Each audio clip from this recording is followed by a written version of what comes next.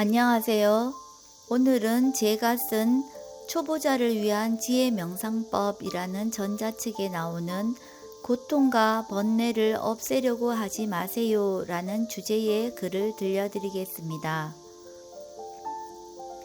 누구나 인생에서 힘들 때가 있습니다. 누구 때문에, 무엇 때문에 힘든 줄 알지만 사실은 원인이 내 안에 있습니다. 다리가 아프다고 다리를 없애는 것이 해결 방법이 아닌 것처럼 주변 상황을 바꾸는 것이 근본적인 해결 방법은 아닙니다.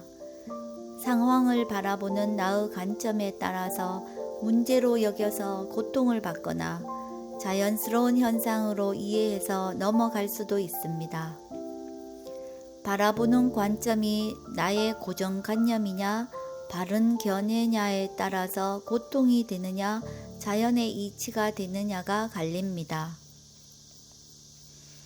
고통을 가만히 지켜보면 그 이면에 탐진치라는 욕심, 화, 어리석음의 세 가지 번뇌가 자리 잡고 있습니다.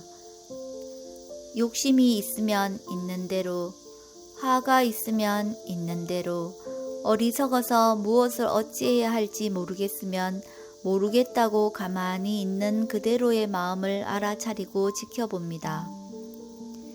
탐진치의 마음과 괴로움에 휩싸인 마음이 있다는 것을 알면 알아차림이 있는 것이며 그 순간에는 알아차림이 최선의 선택이므로 고통을 없애려고 하지 말고 자신에게 관심을 가지고 알아차림을 이어지게 하세요.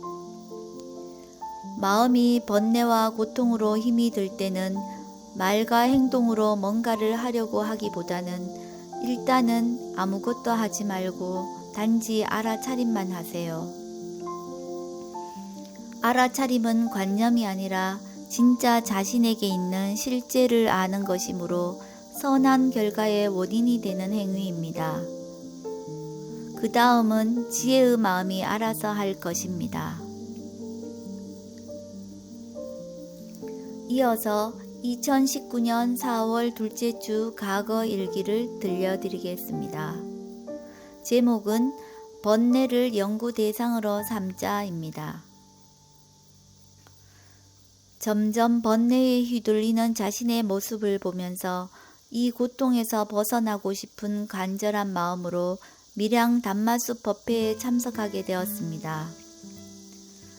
법회 시간에 좌선을 하면서 현재의 몸과 마음을 바라보았습니다. 서현 스님의 법문을 들으면서 세력이 커지고 있는 이번 번뇌에 대하여 마음이 어떻게 대처해야 할지 출구가 보이기 시작했습니다. 법문을 듣는 중에 마음이 번뇌를 연구 대상으로 삼자라고 하는 소리가 들렸습니다. 번뇌를 없애려고 하거나 싫어하지 않고 알아차림으로 정보를 얻어서 번뇌의 성질을 알아봐야겠다는 결심이 생긴 것입니다. 이번에 일어난 번뇌는 과거에도 있었고 현재에도 있고 미래에도 있을 것입니다. 그 번뇌의 성질을 이해해서 다가올 번뇌에 대하여 바른 마음가짐으로 지혜롭게 대처해 보기로 했습니다. 이번에 일어난 이런 고는 왜 생기는 것일까? 스스로 질문해 보면서 청년 스님의 법문에서 답을 찾아보았습니다.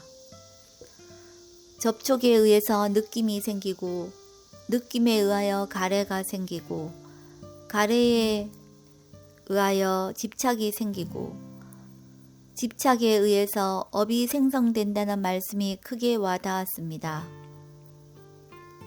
한 달 전 괴로움에 대한 인터뷰를 할 때 도경 스님께서 해주신 말씀도 떠올랐습니다. 스님께서 단지 보이고 들리는 것뿐이라고 말씀하셨을 때 그 순간 마음은 맞아, 보이고 들리는 것일 뿐 원래 고는 없었구나. 그래서 옛 선사님들께서 일체 유심조라고 하셨구나 라고 마음이 말했었습니다. 불과 한 달 전에 깨우쳤다고 생각했던 그 지혜를 잊어버리고 있던 자신을 보면서 번뇌의 마음이 무상한 것은 다행스러운 일이지만 지혜의 마음마저도 무상하여 번뇌에 휘둘리는 것을 보니 무상하다는 법의 일반적 특성이 참 무상하다는 생각이 들었습니다. 모든 법은 무상하므로 다시 새로운 원인과 조건을 형성해 보기로 했습니다.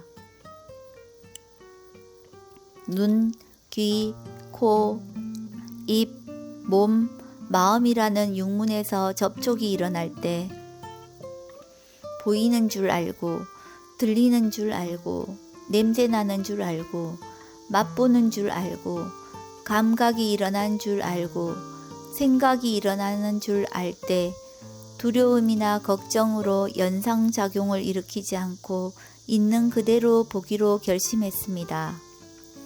그러다가 마음의 힘이 약해져서 나쁜 마음이 더 나쁜 쪽으로 생각하는 연상작용을 일으키면 그러한 것 또한 대상으로 관찰하겠습니다. 대상은 대상의 작용을 하고 마음은 마음의 작용을 각각 하므로 그것들의 연기작용을 알아차림할 뿐입니다. 4월 초부터 서서히 시작된 번뇌의 마음이 점점 힘이 커졌지만 단마숲 법회에 다녀온 후부터 번뇌의 가속도가 끊어지면서 번뇌는 힘을 잃기 시작되었습니다. 법회에 다녀온 다음 날 아침에 잠에서 깼을 때 아, 가볍다 라는 느낌이 확 들면서 마음의 방향이 바뀌었고 마음의 질이 좋아졌음을 알 수가 있었습니다.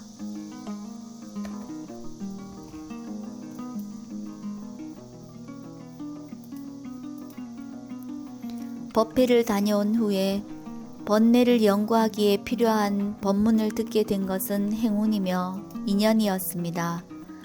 오전에는 반려견 사띠를 산책시키면서 청현 스님의 고의 발생에 대한 법문을 듣고 고의 원인을 되새겨 보았으며 오후에는 운전하면서 나누따라 스님의 원인 결과와 가속도라는 법문을 들으며 번뇌의 가속도가 얼마나 강한지를 알고 사띠, 사마디, 지혜의 가속도를 키워야겠다는 다짐을 했던 것입니다. 지금껏 살아오면서 수십 년 동안 길러온 번뇌의 힘은 마음의 힘이 약해졌을 때 강하게 차고 올라와서 가속도가 붙어서 내 마음을 점령해 버린다는 것을 알게 되었습니다. 일요법회에 참석하여 서현 스님 법문가 도반님들의 인터뷰를 들으면서 바른 마음가짐을 갖게 되었으며 번뇌를 없애려 하지 않고 대상으로 관찰하여 이해하고자 하는 마음을 내게 되었습니다. 번뇌를 싫어해서 사라지게 하는 것이 아니라 마음의 힘을 기르는 수행의 대상으로 삼는 것입니다. 번뇌에 빠져서 고통을 당하는 것이 아니라 있는 그대로 지켜보면서 번뇌의 성질을 이해하려고 합니다. 4월에 들어서 생겨난 고통과 번뇌를 처리하는 과정을 숙고하면서 미래에 일어날 고통을 예방하고 번뇌의 힘을 약화시키는 방법을 배우는 계기가 되었습니다.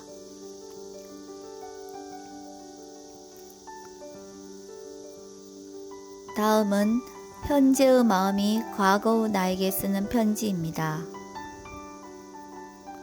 그대여, 그의 4월, 그대가 상대방의 고통에 그대로 동일시되어서 어찌해야 할 바를 몰라 몸부림쳤던 것을 기억한단다. 수많은 시행착오를 겪었지만 여전히 해결 방법을 몰라서 괴로움에 빠졌었지.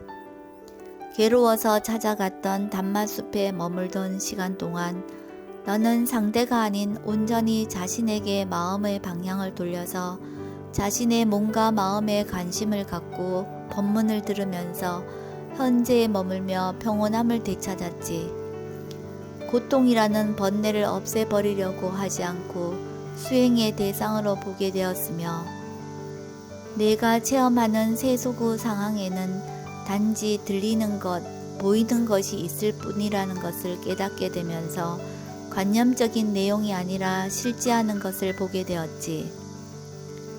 그 당시 너는 번뇌의 마음이 일어난 원인을 십이연기에서 찾았고 모든 일은 원인과 결과의 연속으로 일어난다는 생각하는 지혜를 일으켰던 거야.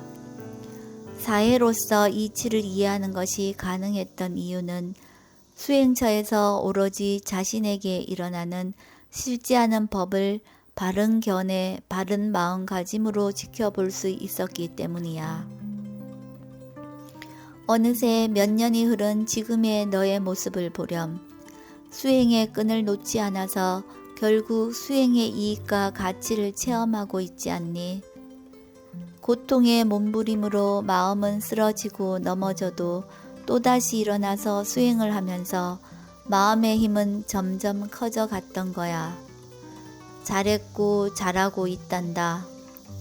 지금 이 순간 현재의 내 마음이 과거의 나를 칭찬하고 있단다.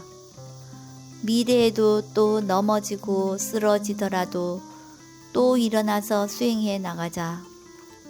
번뇌가 아닌 지혜로 가득 찬 마음은 바르고 행복한 삶을 향하게 한다는 것을 과거의 나와 현재의 내 마음은 함께 믿고 있었던 거야. 우리는 연기로 이어져 있단다. 과거의 마음, 현재의 마음, 미래의 마음, 우리 모두 함께 어우러져 바르고 행복한 삶으로 나아가자. 이상으로 고통과 번뇌를 없애려고 하지 마세요 라는 주제의 글을 마치겠습니다. 오늘도 행복하세요. 고맙습니다.